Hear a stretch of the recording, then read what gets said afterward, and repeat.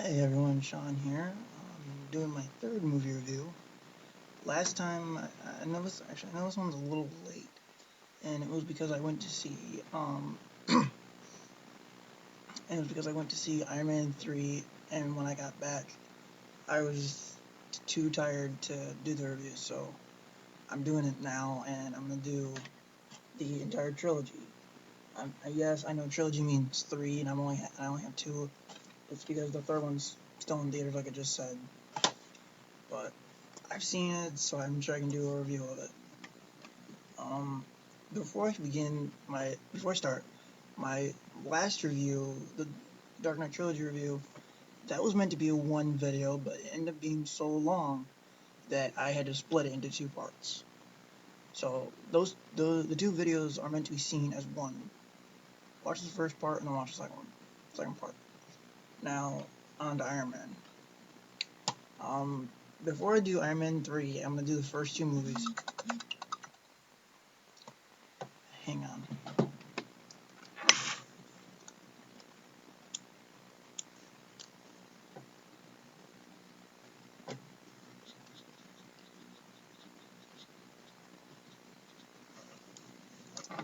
Sorry about that. But I'm gonna start with the first Iron Man movie. Iron Man was released back in 2008, so about 5 years ago.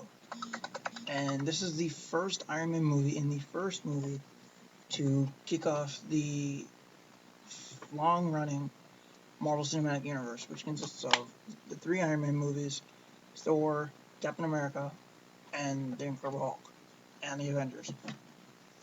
Um, Iron Man 3 is the beginning of Phase 1, or Iron Man 3 is the beginning of Phase... Iron Man 3 is the beginning of Phase 2.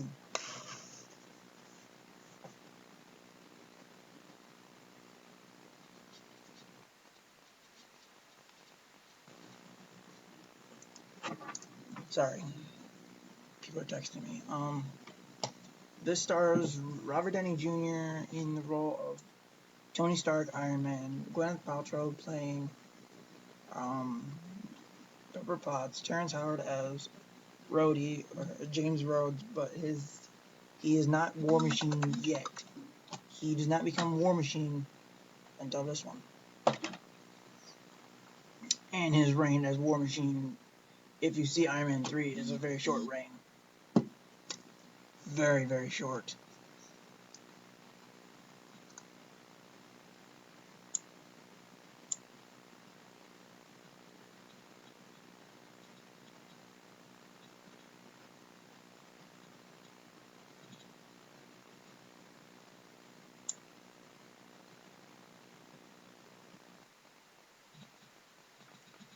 Sorry, people.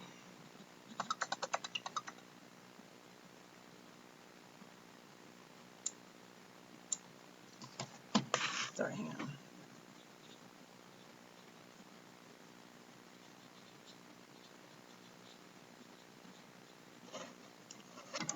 Sorry for texting me. But yeah, Rhodey does not become War Machine until the second movie, and it's a very short reign, and I will explain that when I get to those two movies. Um, this also has Jeff Bridges playing Obadiah Stane, also known as Ironmonger. And this film is directed by Jon Favreau, who also plays the limo driver Happy Hogan. And I've always wondered how it's possible for actors to be in the movie and yet also direct it. I always wondered how that was possible. Like, do they have an assistant director who directs the scenes that they're involved in, or how does that even work? I've always wondered that. Even with the movie Matilda with Danny DeVito, how he could be in the movie and yet still direct it. I just find that weird. But I'm getting a little off topic here. This movie basically is an origin story for Tony. Basically shows how he became Iron Man. He was a weapons developer who ended up being captured by a group called the Ten Rings, and he had to basically build the Mark I suit, which was originally his escape vehicle from the prison, I guess you could call it. And so this movie is basically him going around destroying his weapons, his own weapons, because he finds that the weapons he built to protect the Americans are being used against him, are being used against the Americans. So he's going around to destroy his own weapons. And I thought that was a very nice movie. Like with Batman Begins, I did not see this one in theaters. I found out about this one until it was coming out when it was coming out on DVD. So I think I rented it or something, and I watched it and enjoyed it. I did not see this one in theaters, and I felt bad. Especially when I was seeing 2 and 3 in theaters, I kind of felt bad for it. But yeah, Terrence Howard plays Rhodey, like I said. He basically helps Tony in the best way he can by, as Tony says, keep the skies clear. And that's what he does. He keeps the skies clear. That way the military doesn't stop him. I thought it was really kind of a nice touch. And Gwyneth Paltrow doesn't really have a big part in this movie. No, she does in the next 2 movies. But I just thought she was relevant in the films. She's basically Tony's secretary, I think, who basically has complete control of his life because he really doesn't care. All he does is run the company and stuff. So that was a really nice touch. Now on to Iron Man 2. Hold on.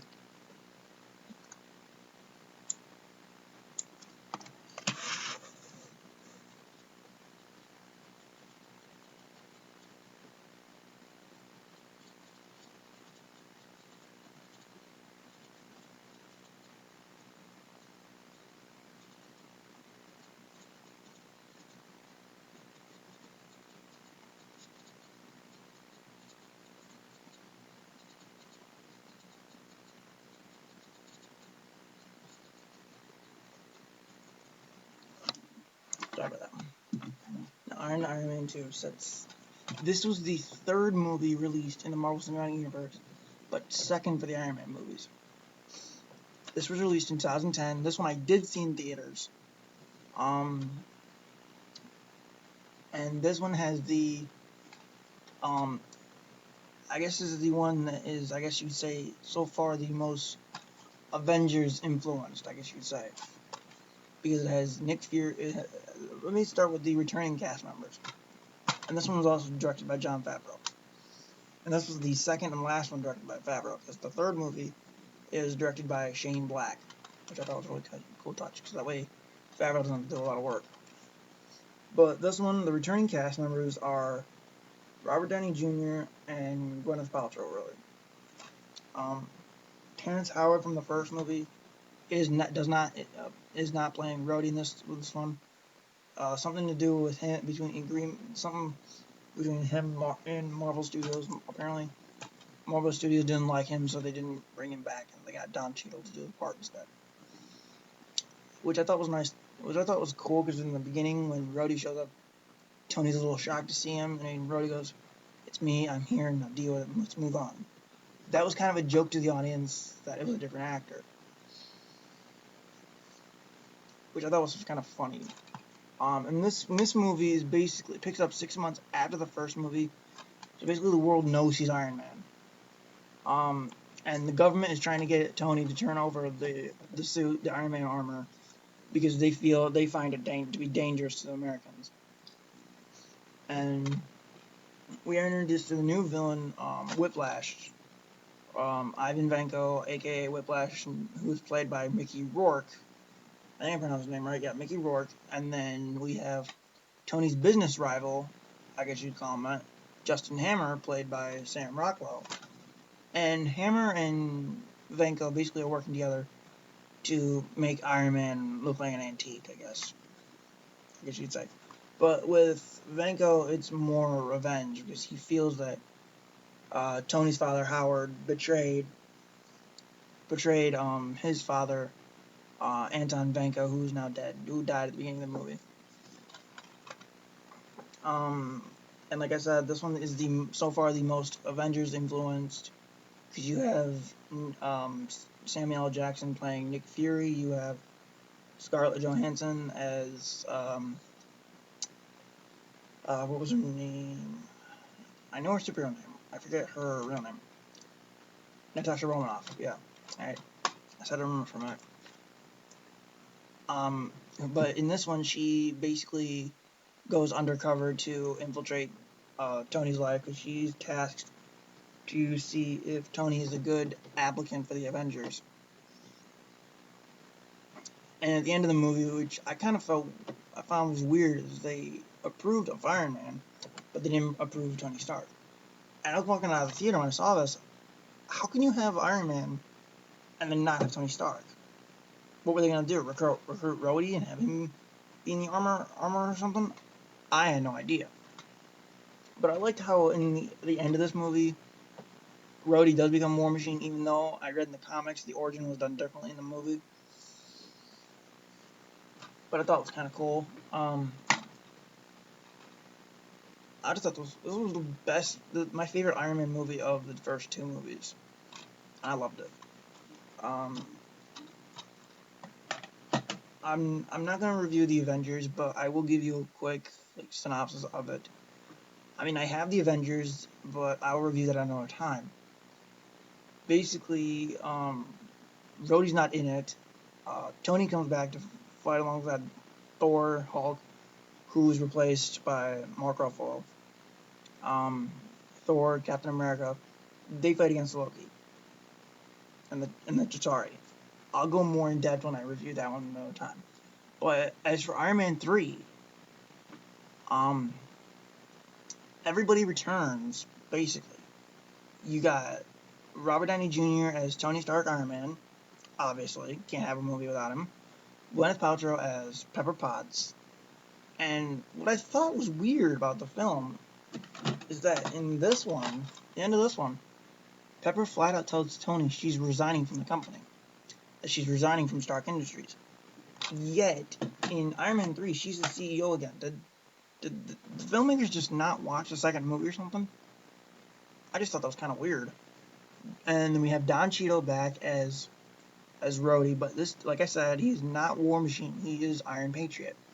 And it was because of the events of the Avengers that America wanted to make Rhodey into Iron Patriot. I don't know, I never understood that reason. But the events of the Avengers did have an impact on Tony, as we see in this movie. Like in the trailer, he's having a hard time sleeping because of his experiences in the Avengers. Well, if you went through an alien wormhole and destroyed a mothership, you'd have nightmares too. But what I thought was very interesting and very weird is that every time somebody mentioned an Avengers event, Tony went into anxiety attacks or maybe it was panic attacks. He was having attacks of some kind. But that was kind of weird. And yet in this one, Tony has pretty much skipped suits 8 through 41. He's all the way up to 42. Because in the middle there, he could not sleep, so he just went down to his lab and started building random suits. I thought it was weird. But you can kind of see where he's coming from, because anybody who lived his life, you would have nightmares still. Put it that way. In this one, like I said, the director is Shane Black, not Jon Favreau from the first two. He is in it. He's not having a very big part like he did in the first two movies. His character is basically rode out, put in the hospital for half the movie, like with Jim Gordon in Dark Knight Rises. Hogan was put into the hospital the majority of the film. The villains this time around are the Mandarin and Aldrich Killian, I think his name was. His last name is Killian, I know that much. I'm not sure if I got the first name right. But they are played by Guy Pearce and I think Bill Kingsley. But there's a twist at the end of the movie. I'm not going to spoil the twist. But I do think they ripped off of the Dark Knight Trilogy a bit. Because of that twist, I think they ripped off that. But I will not spoil the ending for you guys. I want you guys to go enjoy the movie, have fun, and all stuff. But what I thought was but there were times in this movie, because I went to see this with my friend Zach and Sarah, my friends Zach and Sarah, or Tyler and Sarah, not Zach. But there were times where Tony was getting the crap kicked out of him. And me and Tyler were like, okay, now would be a good time for either Thor or Banner to show up in Hulk form. Speaking of Banner, Banner does make an appearance in a post-credit ending. But that was very funny the way it was there. Because Tony's just talking to him about his fears, and Banner's like, whoa.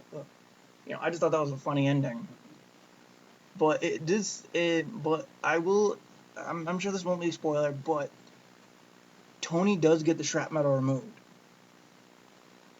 Finally gets the shrapnel removed. I thought that was a very cool touch, and the ending of him, and in this trailer you see him all dressed up in a suit, out by a river, and that's when and that scene is basically him throwing his triangular arc reactor, the triangular one from the second movie. He throws that into the ocean because he doesn't need it anymore, which I thought was a nice touch. But it makes me wonder what they're gonna do with Avengers 2. I guess we'll just see. But I loved Iron Man 3. I thought it was a good conclusion to the trilogy, if it is the true conclusion. I just don't want to spoil anything for you guys, which I think I just did though. But I loved the entire Iron Man trilogy. The whole trilogy, if I had all 3 movies, the whole trilogy I would give probably a 9 out of 10. A 9 out of 10 because the Dark Knight trilogy is my favorite trilogy. This would be now my second favorite trilogy. So, yeah, bye. Oh, and before I go, if you guys have any movies you want me to review, any like single movies or film franchises or any kind of movie, please write them in the comments below, and I will track them down and review them. Bye.